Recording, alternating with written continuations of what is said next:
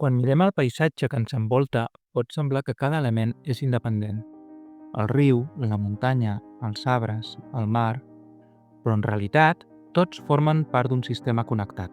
A la Terra, els factors biòtics, els éssers vius, i els abiòtics, l'aigua, l'aire, la llum, la temperatura, el sol, interactuen constantment.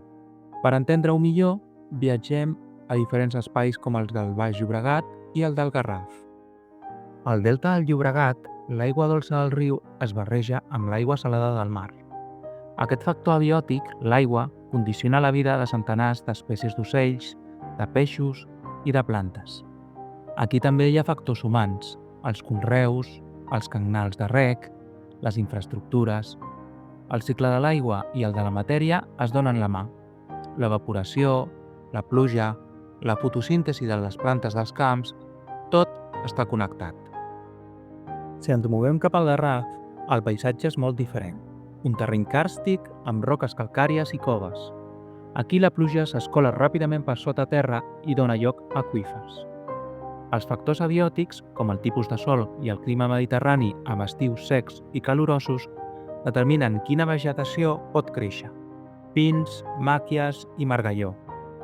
Els animals, com la guineu o els ratpenats de les coves, depenen d'aquestes condicions. Novament, la vida, els factors biòtics, està íntimament unida a les característiques físiques del medi. Quan observem aquests espais, descobrim que res no és aïllat. L'atmosfera, amb el vent i la pluja, alimenta la hidrosfera.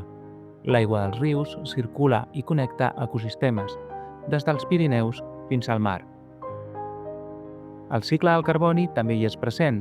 Les plantes capten CO2, els animals el tornen amb la respiració i els humans el modifiquen amb les nostres activitats. Així, al nostre voltant, factors biòtics i abiòtics s'entrellacen per mantenir l'equilibri de la vida.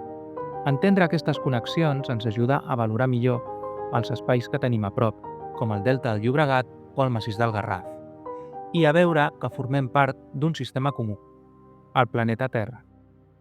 Tot està connectat i tots en formem part.